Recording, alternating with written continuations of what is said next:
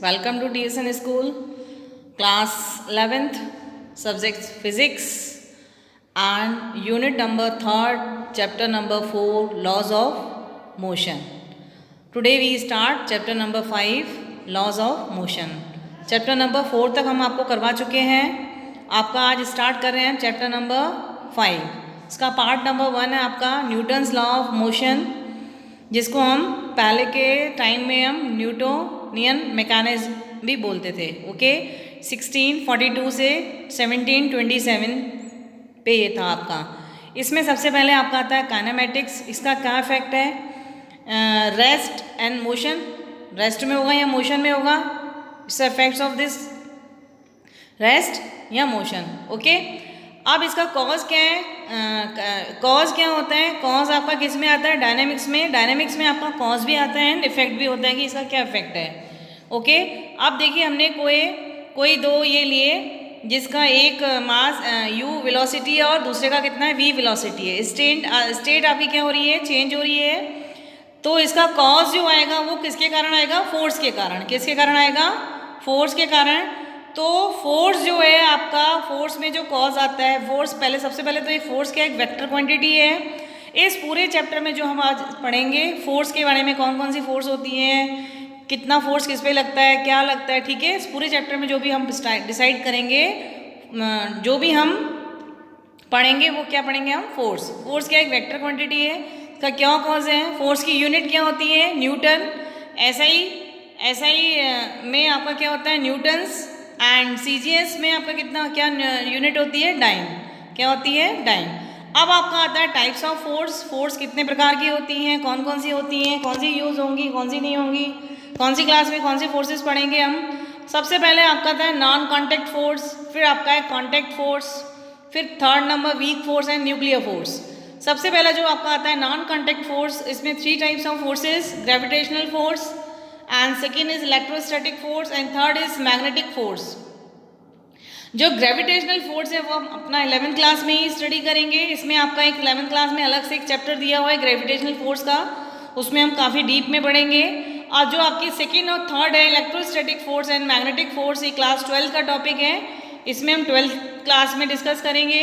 अब देखिए आपका आता है second number contact force. Contact force में कौन कौन सी फोर्स आती हैं? टेंशन, जो कि स्प्रिंग वगैरह में यूज होती हैं. नॉर्मल रिएक्शन, जिसको हम किसे लिखते हैं? एन से. And spring force, FS/FSP.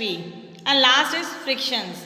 Frictions और स्प्रिंग्स इसी चैप्टर के टॉपिक्स हैं, जो कि हम नेक्स्ट पार्ट में जो भी पार्ट आएंगे आपके उसमें डिस्कस करेंगे. आज हम पढ़ेंगे टेंशन और नॉर्मल रिएक्शंस. ओके स्टूडेंट्स, इस पार्ट में थर्ड नंबर है आपकी वीक फोर्स. ये आपके केमिस्ट्री का पार्ट है, केमिस्ट्री में यूज होती है वीक फोर्स. फिर आपका आता है fourth number nuclear force. Nuclear force आपका 12th क्लास का पार्ट है. 12th क्लास में ये चीज़ यूज होगी, तो इसको भी हम 12th क्लास में डिस्कस करेंगे. ओके स्टूडेंट्स, आज हम सिर्फ पढ़ेंगे नॉन कॉन्टैक्ट फोर्स में ग्रेविटेशनल फोर्स एंड कॉन्टैक्ट में tension and normal reaction. Okay, सबसे पहले हम पढ़ेंगे ग्रेविटेशनल फोर्स. ग्रेविटेशनल फोर्स क्या होती है? एक वेट है आपका. इसमें देखिए कोई मास है जिसको हम अर्थ से कांटेक्ट कर रहे हैं. अर्थ से नॉन कांटेक्ट है आपका. अर्थ से इसका जो आपका आ रहा है वो कहाँ आ रहा है? इसका ग्रेविटेशनल फोर्स सेंटर पे. कहाँ आ रहा है? सेंटर पे. तो इसका जो वेट होगा वो क्या होगा? mg. ठीक है, तो ये कोई भी मास हो लेकिन वो उसको कहाँ करता है? ग्रेविटेशनल फोर्स के कारण सेंटर पे अट्रैक्ट करेगा, टूवर्ड्स द सेंटर्स. तो 1 kgf इजिकल्स टू 10 न्यूटन या 9.8. इससे रिलेटेड जो न्यूमेरिकल्स होते हैं, आप कैलकुलेशन इजी करने के लिए कोई भी वैल्यू सब्स्टिट्यूट कर सकते हो. ओके स्टूडेंट्स, आप देखिए जो फोर्स होता है वो आपका Gm1 m2 upon r square. कोई भी दो मासेस हैं जिनका मास m1 एंड m2, उनके बीच का डिस्टेंस कितना है आपका? r. तो F इजिकल्स टू कितना आता है? Gm1 m2 upon r square. अभी हम सिर्फ इसमें यही बताएंगे, जो चैप्टर आएगा इसमें डीप में हम पढ़ेंगे. ओके स्टूडेंट्स, तो F equals to Gm1 m2 upon r square. Okay, अब आपका आ जाता है कॉन्टैक्ट फोर्स में नॉर्मल रिएक्शन एंड टेंशन. अब हम पढ़ेंगे नॉर्मल रिएक्शन, जिसको हमने n से डिनोटेट किया था. It's a perpendicular. इसका जो कंडक्ट होता है 99% तक होता है. अब देखिए आपका एक सरफेस है जिसमें हमने एक मास लिया. इसका वेट आपका नीचे की तरफ लगेगा, W इजिकल्स टू mg. लेकिन ये पूरा तो नीचे आएगा नहीं, इसको कोई फोर्स ऊपर की ओर खींच भी रही होगी तो उसमें नॉर्मल रिएक्शन क्या आएगा आपका एन, जो कि आपका क्या होगा परपेंडिकुलर टू सरफेस या परपेंडिकुलर पॉइंट ऑफ कांटेक्ट, ठीक है। और ऐसे ही सरफेस ने ऊपर नॉर्मल रिएक्शन किया, ऐसे ही एक नीचे की तरफ आएगा नॉर्मल रिएक्शन एन। इसी तरीके से आप देखिए और भी एग्जांपल्स, ये आपका एक प्लेन है, इस तरीके से m मास लिया, m मास में आपका क्या आएगा सरफेस टेंशन, ये सॉरी क्या था आपका नॉर्मल रिएक्शन ऊपर की ओर n, सरफेस से ऊपर की ओर फिर सरफेस से डाउन प्लेन में। आपका ये एक स्फीयर बना हुआ है, स्फीयर में 2 मासेस हैं m और m, नॉर्मल रिएक्शन n ऊपर की ओर, सेंटर पे इसको आएगा आपका इसका कहाँ आएगा इसका सेंटर पे, सेंट्रल पे नॉर्मल रिएक्शन भी आपका नीचे होगा। ओके स्टूडेंट्स, अब देखिए आपका नॉन कांटेक्ट में एक दूसरी फोर्स कौन सी है, टेंशन T, जो कि आपके किस में यूज होती है, strings rods and chain.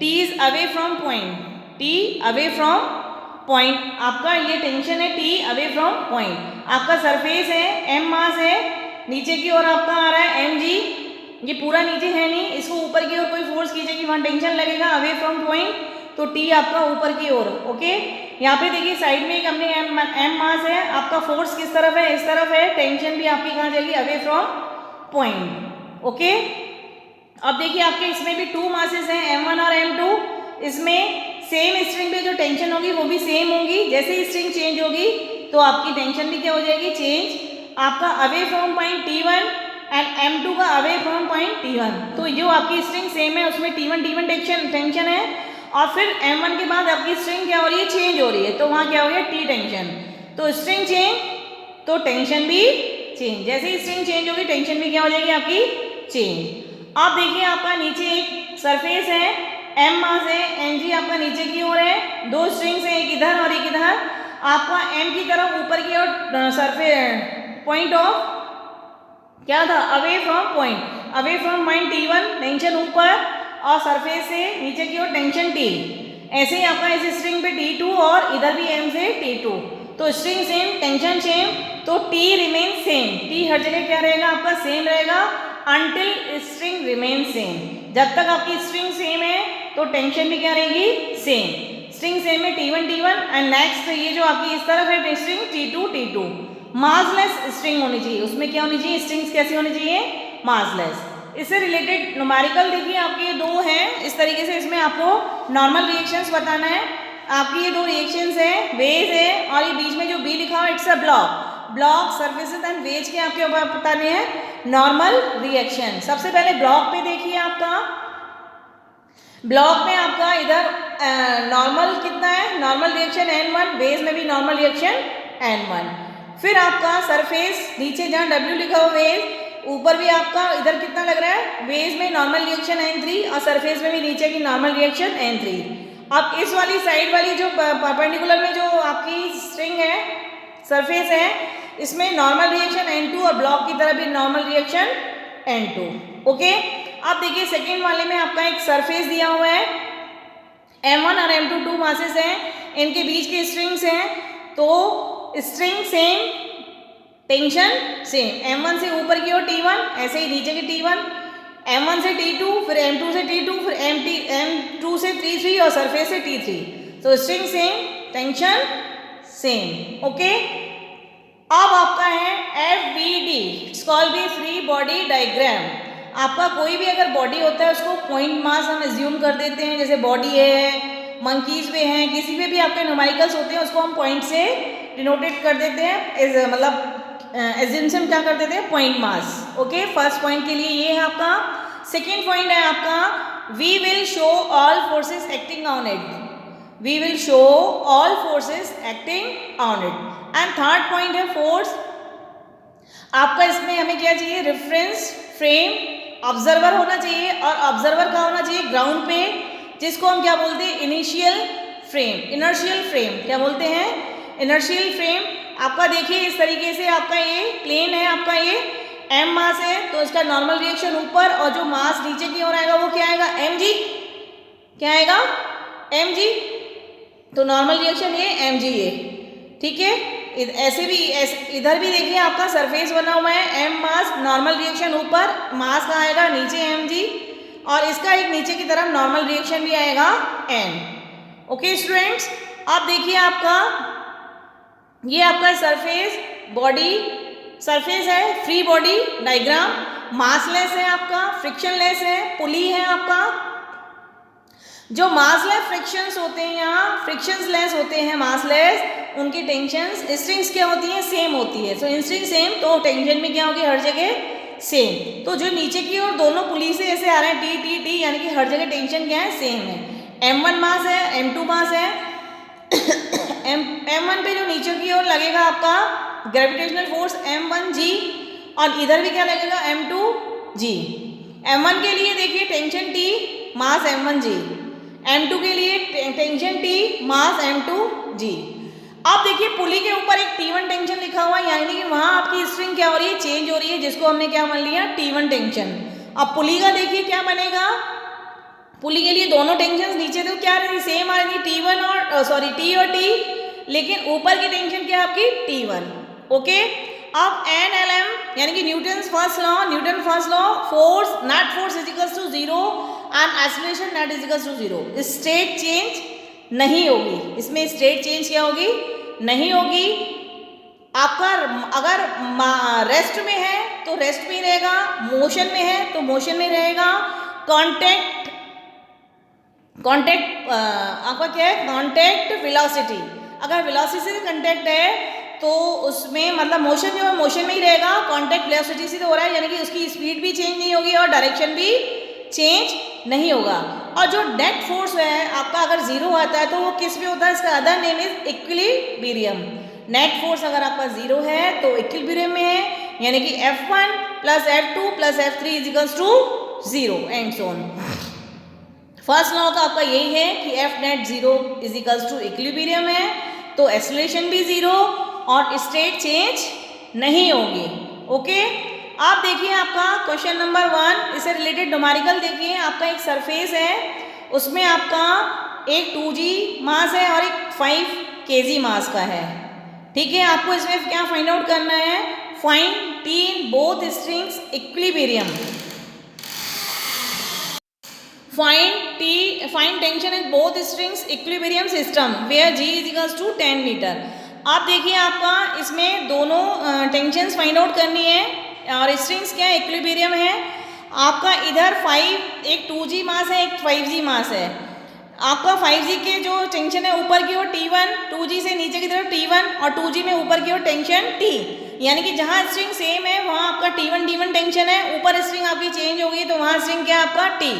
5G के लिए देखिए एक तो मास आपका mg आएगा, यानी कि 5G, और ऊपर जो टेंशन है T1, यहाँ से T1 फाइंड आउट करेंगे तो 5G is equals to 5 into 10, G का वैल्यू कितना दिया हुआ है 10, यानी कि 50 न्यूटन। अब इस तरफ देखिए आपका 2G के लिए T आपका एक टेंशन ऊपर है, एक आपका T1 जो टेंशन है वो नीचे की ओर है, तो T इज इक्वल्स टू क्या होगा 2G प्लस T1। 2G यानी कि 2 इंटू 10 20, और T1 का वैल्यू हमने कितना फाइंड आउट किया 50, तो टोटल कितना हो गया 20 प्लस 50 यानी कि 70 न्यूटन। T1 का वैल्यू 70 न्यूटन एंड T का वैल्यू 70 न्यूटन एंड T1 का 50 न्यूटन। आप देखिए T1 क्यों कम आया है, क्योंकि जो T1 है वो सिर्फ किसको उठा रहा है 2G को, और जो T है वो 2G को भी और 5G को भी, तो इसीलिए उसका टेंशन कितना है 70 न्यूटन। ओके, तो F नेट 0 पे आपका इक्विलिब्रियम होगा, तो वहाँ पे Fx भी 0, Fy भी 0 एंड Fz भी 0।